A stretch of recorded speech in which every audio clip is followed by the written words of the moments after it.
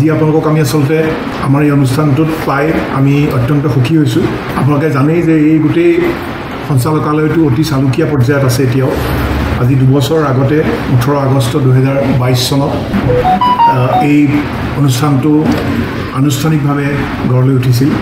যদিও এই প্ৰক্ৰিয়াটো তাৰ 2 বছৰমান আগৰ পৰাই আৰম্ভ হৈছিল। আচলতে কোভিড অতিমাৰীৰ সময়তে এই চিন্তা চৰ্চা আৰম্ভ হৈছিল আৰু মই সদায় অনুভৱ কৰোঁ আৰু সেই কথাটো সেইকাৰণে কওঁ যে এনেকুৱা এটা অনুষ্ঠানৰ সৈতে জড়িত হ'বলৈ পোৱাটোৱেই নিজে আচলতে সৌভাগ্যৱান বুলি ভাবোঁ নিজক। আৰু এটা কথা ক'বলৈ মই ভাল পাওঁ যে মুক্ত আৰু দূৰশিক্ষা সঞ্চালকালয়ে যিবিলাক কাৰ্যসূচী ৰূপায়ণ কৰে সেইবিলাকৰ সাৰ্থকতা দেখি আটাইতকৈ সুখী হোৱা ব্যক্তিসকলৰ ভিতৰতে হয়তো এই অভাজনো এজন। কাৰণ ইয়াৰ জন্মলগ্নৰ পৰাই জড়িত হৈ আছোঁ আৰু এই গোটেই যিটো ধাৰণা, এই ধাৰণাটোৰ জন্ম দিওঁতে আমি বহুত প্ৰত্যাহ্বানৰ সন্মুখীন হৈছিলোঁ। এই সপোনটো আছিল আমাৰ বৰ্তমানৰ মাননীয় উপাচাৰ্য মহোদয় ডক্টৰ বিদ্যুৎ চন্দ্ৰন ডেকাদেৱৰ। তেখেতে এদিন মোক ফোনত তেখেতৰ সপোনটোৰ বিষয়ে ক'লে। কোভিডৰ সময়ত যেতিয়া আমি সকলোৱে ঘৰত আবদ্ধ আছিলোঁ সেইখিনি সময়তে টেলিফোনতে আলোচনা হ'ল। তেখেতে ক'লে যে মোৰ এটা সপোন আছে, আমাৰ অসম কৃষি বিশ্ববিদ্যালয়ে মুক্ত আৰু দূৰশিক্ষাৰ ক্ষেত্ৰত আমি অৱদান আগবঢ়াব লাগে আৰু আমি কৃষি আৰু কৃষিৰ সৈতে জড়িত অন্যান্য বিষয়সমূহৰ শিক্ষা আমাৰ জনসাধাৰণৰ মাজলৈ যাতে লৈ যাব পাৰোঁ। যিসকল ইচ্ছুক ব্যক্তিয়ে এই দিশত হয়তো ভৱিষ্যতে নিজৰ সংস্থাপনৰ কাৰণেই হওক বা অতিৰিক্ত কিছু উপাৰ্জন বা জীৱিকা আৰ্জনৰ কাৰণেই হওক, কৃষি, পশুপালন, মৎস্য পালন বা অন্যান্য আনুষংগিক বিষয়ৰ তেখেতসকলে চৰ্চা কৰিব বিচাৰে বা এই বিষয়ত তেওঁলোকে উদ্যোগ হাতত ল'ব খোজে বা বাণিজ্যিকৰণ কৰি এটা ব্যৱসায় কৰিব বিচাৰে, এইসকলক সহজতে দিব পৰাকৈ এটা আমি বিশ্ববিদ্যালয়ৰ ফালৰ পৰা এটা প্লেটফৰ্ম দিব লাগে। কেনেকৈ কৰা যায় মোক ক'লে যে আপোনাৰ কথা, আপুনি প্লেন কৰক আৰু আপুনি বিচাৰিলে মই আৰু 2জনমান আপোনাৰ লগত দিম। আমাক 4জনীয়া এখন কমিটি কৰি দিলে আৰু সেইখিনি সময়ত যোগাযোগৰ একমাত্ৰ উপায় আছিল টেলিফোন আৰু অনলাইন মিটিং। গতিকে আমি 4জনীয়া কমিটিৰ গোটেইকেইজন সদস্যই বেলেগ বেলেগ ঠাইত আছিলোঁ। 2জন যোৰহাটৰ আছিল, এজন মীন মহাবিদ্যালয়ৰ আছিল ৰহাৰ, আৰু মই আছিলোঁ সেই 4জনীয়া কমিটিখনৰ সভাপতি। সেই হিচাপত আমি অনলাইন মাধ্যমেদি তাৰমানে আমি এই যিটো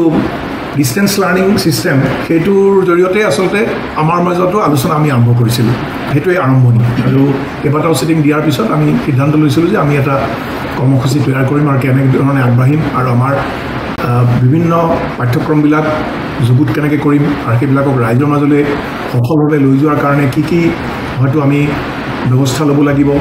বা কি কৌশল অৱলম্বন কৰিব লাগিব সেই সম্পৰ্কে আমি বিতংভাৱে আমি এখন প্ৰতিবেদন প্ৰস্তুত কৰিম। আৰু সেই বিষয়ত আমি আগবাঢ়ি হয়তো প্ৰায় 25 দিনমানৰ ভিতৰতে আমি এখন প্ৰতিবেদন আমি প্ৰস্তুত কৰি উলিয়ালোঁ। তাত আমাৰ আটাইতকৈ ডাঙৰ প্ৰত্যাহ্বানটো আছিল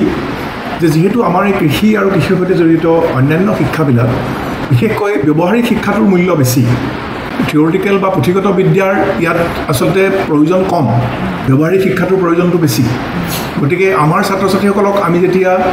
আনুষ্ঠানিক শিক্ষাৰে শিক্ষিত কৰোঁ তেতিয়া আমাৰ প্ৰেক্টিকেল কম্পনেণ্টটো অৰ্থাৎ ব্যৱহাৰিক শিক্ষাৰ যিটো পাঠ্যক্ৰম সেইটোত অধিক গুৰুত্ব দিয়া হয় আৰু একোটা প্ৰেক্টিকেল ক্লাছ আমাৰ 2 ঘণ্টাৰ হয়। আৰু আমাৰ বিশেষ পশু চিকিৎসা বিজ্ঞান মহাবিদ্যালয়তো দিনটোৰ হয়তো তেওঁলোকে 6 পৰা 7 ঘণ্টা সময় শ্ৰেণীত উপস্থিত থাকে। তাৰ ভিতৰত 2 ঘণ্টামান সময়হে তেওঁলোকে থিয়ৰী ক্লাছ কৰে, বাকী গোটেইখিনি সময় তেওঁলোকে প্ৰেক্টিকেল ক্লাছত থাকে। হয় কোনোবা গৱেষণাগাৰত তেওঁলোকে প্ৰেক্টিকেল শিকি থাকে, নতুবা তেওঁলোকে ক্লিনিক্সত অৰ্থাৎ পশু চিকিৎসালয়ত তেওঁলোকৰ 3rd year onwards অৰ্থাৎ 3য় বাৰ্ষিকৰ পৰা তেওঁলোকে তাত প্ৰেক্টিছ কৰিব লাগে বা মাজে মাজে তেওঁলোক শনিবাৰে বাহিৰলৈও যাব লাগে। আমাৰ বিভিন্ন অঞ্চলত থকা পশু চিকিৎসালয়বিলাকৰ লগত সম্পৰ্ক আছে, তাত গৈ পেলাই তেওঁলোকে শিকিব লাগে। কিন্তু এতিয়া আমি ভাবিলোঁ যে আমাৰ এই ব্যৱহাৰিক শিক্ষাটো মুক্ত আৰু দূৰশিক্ষাৰ মাজেদি কেনেকৈ ৰাইজৰ মাজলৈ লৈ যোৱা যায়। আৰু যিসকল ইচ্ছুক ব্যক্তিয়ে এইবিলাক পাঠ্যক্ৰম ল'বলৈ আগবাঢ়ি আহিব তেওঁলোকেও বিচাৰিব যে ব্যৱহাৰিকভাৱে জ্ঞানটো তেওঁলোকে পাব লাগিব। তেওঁলোকে সেই পাঠ্যক্ৰমত অংশগ্ৰহণ কৰাৰ পাছত তেওঁলোকে সফলভাৱে নিজৰ কৰ্মক্ষেত্ৰত তাক প্ৰয়োগ কৰিবৰ কাৰণে তেওঁলোকৰ যিটো আত্মবিশ্বাস সেইটো গঢ় লৈ উঠিব লাগিব। গতিকে এটা ডাঙৰ প্ৰত্যাহ্বান আমাৰ কাৰণে কেনেকৈ কৰা যায়। মুক্ত আৰু দূৰশিক্ষাই সম্পূৰ্ণৰূপে আৱৰি ল'ব নোৱাৰে, কাৰণ কনভেনশ্যনেলি মানে পাৰম্পৰিকভাৱে যিটো মুক্ত আৰু দূৰশিক্ষাৰ ব্যৱস্থা চলি আছে ভাৰতবৰ্ষতে হওক বা পৃথিৱীৰ অন্যান্য ৰাষ্ট্ৰতে হওক, ইয়াত আচলতে এতিয়ালৈকে খুব বেছি আমাৰ বিজ্ঞান শিক্ষাৰ প্ৰচাৰ হোৱা নাই। আপুনি যদি অসমৰ আমাৰ কৃষ্ণকান্ত সন্দিকৈ মুক্ত আৰু দূৰশিক্ষা বিশ্ববিদ্যালয়ৰ কথা লৈ যায় আপুনি তাত আপুনি দেখিব কম্পিউটাৰ ছায়েন্সৰ বাহিৰে অন্য কোনো বিজ্ঞানৰ বিষয় তেওঁলোকে আজি ইমান বছৰৰ পিছতো সামৰি ল'ব পৰা নাই তেওঁলোকৰ শিক্ষা ব্যৱস্থাত এতিয়ালৈকে যিবিলাক পাঠ্যক্ৰম আছে তাত মূলতঃ তেওঁলোকে কলা শাখাৰ বা দুই এটা বাণিজ্য শাখাৰ বিষয় তেওঁলোকে ৰাখিছে বা সম্প্ৰসাৰণ শিক্ষাৰ সৈতে জড়িত কিছু বিষয় তেওঁলোকে ৰাখিছে কিন্তু বিজ্ঞান শিক্ষাক তেওঁলোকে এতিয়ালৈকে প্ৰত্যাহ্বান হিচাপেই লৈ আছে তেওঁলোকে এতিয়ালৈকে আৰম্ভই কৰিব পৰা নাই কেৱল মাত্ৰ কম্পিউটাৰৰ এটা পাঠ্যক্ৰম তেওঁলোকে আৰম্ভ কৰিছে ঠিক তেনেকৈ ভাৰতবৰ্ষৰ অন্যান্য বিশ্ববিদ্যালয়বিলাকত আমি খবৰ কৰি গম পালোঁ যে কোনো বিশ্ববিদ্যালয়ে এনেকুৱা মুক্ত দূৰশিক্ষা বিজ্ঞান শিক্ষাৰ ক্ষেত্ৰত বিশেষকৈ আগবঢ়া নাই আৰু কৃষি বিশ্ববিদ্যালয়তো কোনোতো এনেকুৱা ধৰণে ৰাইজৰ কাৰণে বা উদ্যোগী মহিলা বা যুৱক যুৱতীৰ কাৰণে বা অন্যান্য যিসকলে আচলতে বিচাৰে এনে শিক্ষা তেওঁলোকৰ উপযোগী হোৱাকৈ কোনো এই প্লেটফৰ্মটো তৈয়াৰ কৰা নাই গতিকে আমাৰ কাৰণে ডাঙৰ এটা প্ৰত্যাহ্বান আছিল কেনেকৈ এই প্ৰত্যাহ্বানটো আমি সন্মুখীন হওঁ কেনেকৈ ইয়াক এটা ৰূপ দিওঁ যিটো ৰূপে ৰাইজৰ গ্ৰহণযোগ্য হ'ব লাগিব আৰু প্ৰকৃততে তেখেতসকল উপকৃত হ'ব লাগিব ইয়াৰ ফচলটো আচলতে আমি পাম কেতিয়া যেতিয়া তেওঁলোকে নিজৰ কৰ্মক্ষেত্ৰত তাক প্ৰয়োগ কৰি তেওঁলোকে সফলভাৱে নিজকে একোজন হয়তো উদ্যোগী হিচাপে বা কৃষক হিচাপে বা পশুপালক হিচাপে বা মৎস্যপালক হিচাপে নিজকে সংস্থাপিত কৰিব পাৰিব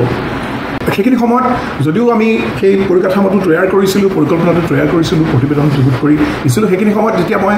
আমাৰ বিশ্ববিদ্যালয়ৰ আটাইতকৈ যিটো বিদ্যায়তনিক ক্ষেত্ৰত যিটো আটাইতকৈ ডাঙৰ আমাৰ যিখন সমিতি যিটো আমি একাডেমিক কাউন্সিল বুলি কওঁ সেই বিদ্যায়তনিক পৰিষদত যেতিয়া মই আমাৰ সেই প্ৰতিবেদনখন দাখিল কৰিছিলোঁ একেকোবেই তেওঁলোকে এখন গ্ৰহণ কৰিছিল কথাটো খুব তেওঁলোকে প্ৰশংসা কৰিছিল সভাত কোনো তাৰ সমালোচনা কোনো কৰা নাছিল প্ৰশ্নও সোধা নাছিল কিন্তু যেতিয়া সভা শেষ হোৱাৰ পিছত আমি ভোজনৰ কাৰণে মধ্যাহ্ন ভোজনৰ কাৰণে গেষ্ট হাউচলৈ গৈছিলোঁ তেতিয়া কিন্তু বহুত ব্যক্তিয়ে মোক আগুৰি ধৰিছিল আৰু তেতিয়া তেওঁলোকৰ নানানটা প্ৰশ্ন যে সফল হ'বনে এইটো আমি কৰিব পাৰিমনে যে বিজ্ঞান শিক্ষা এনেকৈ মুক্ত আৰু দূৰশিক্ষাৰ জৰিয়তে আমি ৰাইজক প্ৰদান কৰাটো তাকো যিসকলৰ হয়তো এইটো ক্ষেত্ৰত এনেকুৱাও কথা আহিব যে কিছুমান পাঠ্যক্ৰম আমি কৰিছিলোঁ যে অষ্টম শ্ৰেণীলৈকে উত্তীৰ্ণ হ'লেই হ'ব তেনেকুৱা ব্যক্তিৰ কাৰণেও আমি বহুত পাঠ্যক্ৰম কৰিছোঁ হয়তো 30% আমাৰ পাঠ্যক্ৰমেই তেনেকুৱা যে ক্লাছ 8লৈকে পঢ়া হ'লেই হ'ল যিকোনো মানুহে এটা গ্ৰহণ কৰিব পাৰে তাৰ কাৰণে কোনো ডিগ্ৰী বা কোনো আনুষ্ঠানিক শিক্ষাৰ বিশেষ প্ৰয়োজন নাই অকণমান লিখা পঢ়া জানিলেই হ'ল তেওঁলোকক ঢুকি পামনে আমি এইটো কৰিব পৰা যাবনে এই ধৰণৰ বহুত সংশয় আৰু প্ৰশ্ন আমাৰ আছিল কিন্তু সেইকাৰণে মই কৈছোঁ যে আটাইতকৈ সুখী হয়তো ময়ে হওঁ যেতিয়া দেখোঁ যে আমাৰ কাৰ্যক্ৰমবিলাক সফল হৈছে পাঠ্যক্ৰমত আপোনালোকৰ দৰে ব্যক্তিয়ে আপোনালোকৰ যেতিয়া সন্তুষ্টি ব্যক্ত কৰে আমাৰ আগত আচলতে আটাইতকৈ বেছি আনন্দ পাওঁ আমি আৰু ইয়াৰ কাৰণে আচলতে কৃতিত্ব দিব লাগিব এই অনুষ্ঠানৰ পৰা লগত পোনপ্ৰথমৰ পৰাই জড়িত হৈ থকা এইকেইজন ব্যক্তি যি মুষ্টিমেয় সংখ্যক লোকৰ এটা সমষ্টি যিটো আচলতে এতিয়া সঞ্চালকালয় বুলি আমি কৈছোঁহে আচলতে নাম মাত্ৰ মানে বডি এণ্ড টেইললেছ হেড বডিও নাই টেইলো নাই কেৱল হেডটো আছে কিন্তু তেনেকুৱা এটা অৱস্থাত স্থায়ী কৰ্মচাৰী নোলোৱাকৈ এনেকৈ 2 বছৰ আমি কটালোঁ কিন্তু 2 বছৰত ইতিমধ্যে আমি প্ৰায় 25টাতকৈ অধিক আমি পাঠ্যক্ৰম আমি ইতিমধ্যে ৰাইজৰ মাজলৈ ঠেলি দিলোঁ আৰু ৰাইজে আপোনালোকৰ নিচিনা ব্যক্তিয়ে নিজৰ গাঁঠিৰ দম ভাঙি এইবিলাকত আপোনালোকে অংশগ্ৰহণ কৰিলে আৰু তাতোকৈ ডাঙৰ কথা যে আপোনালোকে আমাৰ পৰা শিকি যোৱা যিখিনি কথা সেইখিনি আপোনালোকে নিজৰ কৰ্মক্ষেত্ৰত ৰূপায়ণ কৰি ইতিমধ্যে আপোনালোকৰ এই গোটটোৱে এটা অন্ততঃ নতুন পদক্ষেপ হাতত লৈছে যিটো হয়তো আমাৰ পাঠ্যক্ৰমত আপোনালোকে অংশগ্ৰহণ নকৰা হ'লে এই কামটো কৰিব নোৱাৰিলেহেঁতেন বা নকৰিলেহেঁতেন চিন্তাই নকৰিলেহেঁতেন গতিকে এইটোৱে আমাৰ সফলতা এনেকৈ যদি আমাৰ এতিয়ালৈকে যিসকল প্ৰায় ধৰক 2000 শিক্ষাৰ্থীয়ে আমাৰ বিভিন্ন পাঠ্যক্ৰমত অংশগ্ৰহণ কৰি গ'ল তেখেতসকলৰ পৰা যেতিয়া এনেকুৱা ধৰণৰ আমি খতিয়ান পাওঁ যে তেখেতসকলৰ সফলতাৰ কাহিনীখিনি যেতিয়া আমাৰ লগত বিনিময় কৰে আমি খুব সুখী হওঁ আৰু আশা কৰোঁ আমাৰ প্ৰতিজন শিক্ষাৰ্থীয়ে এই ধৰণে সফল কাম হওক তেওঁলোকৰ ইপ্সিত লক্ষ্যত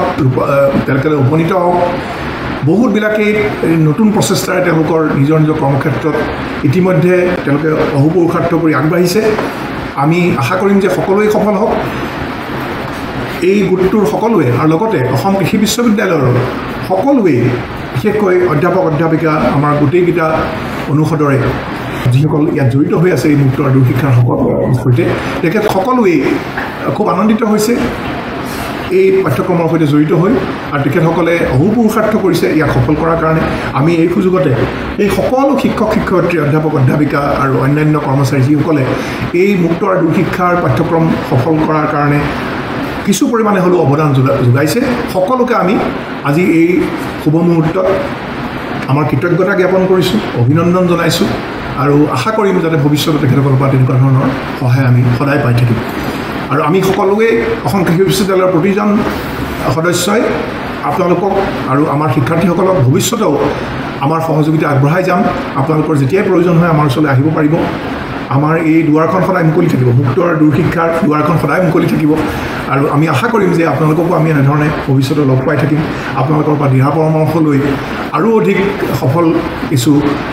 পাঠ্যক্ৰম প্ৰস্তুত কৰি আমি যাতে অসম তথা আমাৰ দেশৰ অৰ্থনৈতিক উন্নয়নৰ লগতে আমাৰ অসমৰ প্ৰতিজন ব্যক্তিক জীৱিকা উপাৰ্জনৰ বা ব্যৱসায়ৰ বা আৰ্থিকভাৱে তেখেতসকল লাভান্বিত হোৱাৰ কাৰণে আমাৰ ফালৰ পৰা কিছু যদি অৱদান আগবঢ়াব পাৰোঁ এই মুক্ত আৰু দূৰশিক্ষাৰ জৰিয়তে আমি অতিশয় আনন্দিত হ'ম আৰু নিজকে আমি কৃতাৰ্থ মানিম